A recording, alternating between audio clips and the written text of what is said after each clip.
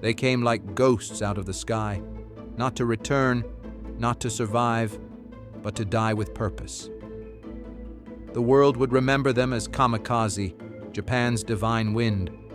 Young men who transformed their aircraft into weapons and themselves into human bullets.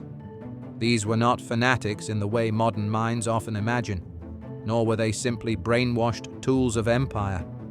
They were products of desperation, ritual, and duty. The Kamikaze campaign, one of the most chilling phenomena of World War II, was not merely a military tactic. It was a cultural performance of death, deeply rooted in centuries-old ideas of honor, sacrifice, and emperor worship. The Kamikaze were not born killers, writes historian Emiko Onuki-Tierney. They were born into a culture that sanctified death for the emperor as the highest virtue. The term kamikaze means divine wind, a reference to the typhoons that destroyed the Mongol fleets threatening Japan in 1274 and 1281. These storms were seen as signs of divine intervention, protecting the sacred soil of Japan from foreign invasion. Centuries later, in the final stages of World War II, Japan once again faced existential threat, not from Mongols, but from Allied forces tightening a relentless noose around the Pacific Islands. It was in this desperate context that Japan resurrected the ancient term, not as myth, but as strategy. By 1944, Japan's imperial ambitions were in tatters. Its navy crippled, its air force stretched thin, and its once unstoppable expansion halted by fierce resistance from the United States and its allies. The Philippines campaign was pivotal. As General Douglas MacArthur's forces began their push to reclaim the islands, Japanese high command recognized they lacked the resources to mount a conventional defense.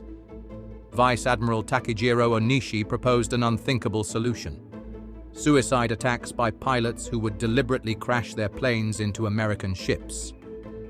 "There is no other way to carry out the operation," Onishi said. "The salvation of our country depends on it." The first organized kamikaze attacks began during the Battle of Leyte Gulf in October 1944.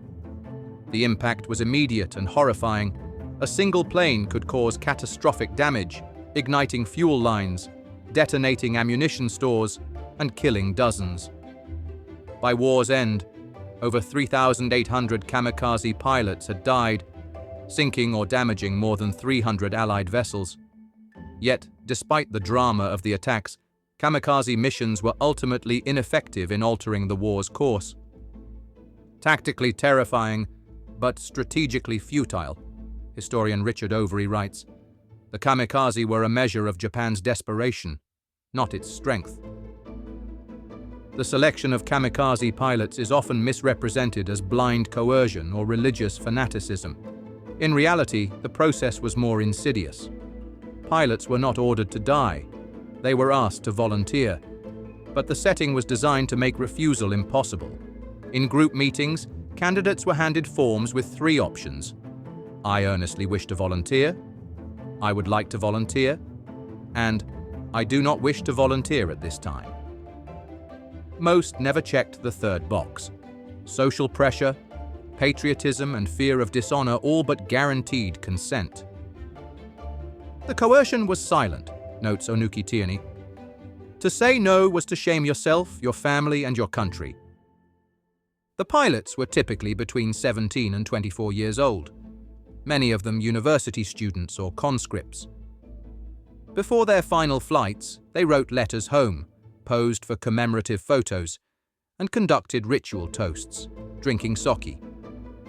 Some carried katana swords or dolls from loved ones in their cockpits. Others were given ceremonial headbands and read poems to inspire courage. Their final meals were elaborate, a last supper in a culture where food had long been scarce. They were treated like gods before departure, writes Tsuyoshi Hasegawa, and like spent cartridges after.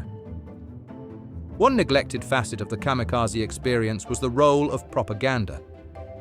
Japan's wartime media glorified the pilots as selfless heroes. Newspapers printed their final letters. Radio broadcasts lauded their bravery. Schoolchildren sang songs about them. In public, they were venerated. In private, they were sacrificed.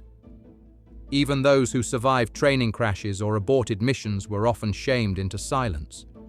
Many lived long after the war, burdened by survivors' guilt and the feeling that their comrades had died in vain. Women played their part too, not as pilots, but as emotional fuel. Young women were often assigned to write letters of encouragement or knit sashes and scarves for departing kamikaze. Some were courted by pilots in their final days, drawn into fleeting romances under the shadow of death. One pilot, Yukio Araki, just 17 years old, gave his favorite doll to a girl he loved before his final mission. He was only a boy, she later recalled, but he walked as if already dead. Technology and improvisation shaped the evolution of the kamikaze campaign. As the Allies closed in on Okinawa in 1945, Japan launched its largest wave of suicide attacks. Special planes like the rocket-powered Yokosuka MXY-7 Oka, or Cherry Blossom, were designed specifically for kamikaze use with no landing gear and limited range. Pilots were literally strapped into bombs. Naval personnel, too, were mobilized in suicide missions, piloting explosive motorboats or donning manned torpedoes called kaiten. These human weapons were not acts of spontaneous valor, but state-directed suicide, institutionalized and methodical. The kamikaze legacy is complex. In post-war Japan, public memory struggled with how to process it. The American occupation dismantled the imperial ideology that had fueled the campaign, and survivors of the war found themselves caught between shame and nostalgia. Memorials to kamikaze pilots were erected in places like Chiran and Yasukuni Shrine, where their faces, fresh, smiling, boyish, stare out from behind glass. Today, many Japanese remember them not as tools of militarism, but as victims. Young men trapped by a regime that wrapped death in the language of honor. Yet the enduring question remains: were the kamikaze patriots, brainwashed fanatics, or tragic casualties of national myth-making? Perhaps all three. Their actions were undeniably courageous, but their courage was harnessed for a war built on conquest and delusion. They died believing they were saving Japan, says historian Saburo Ienaga, but they were dying for a lost cause, commanded by men who refused to die themselves. The kamikaze campaign was ultimately a monument to a moment in history when death was weaponized not just physically, but spiritually. It reminds us how easily idealism can be contorted into machinery, how powerful the narrative of sacrifice can become in times of crisis, and how war can turn even the noblest virtues, honor, loyalty, courage, into tools of devastation. These young men did not fly for glory. They flew because they were told it was glorious to die. And for that, they are remembered not just with awe, but with sorrow.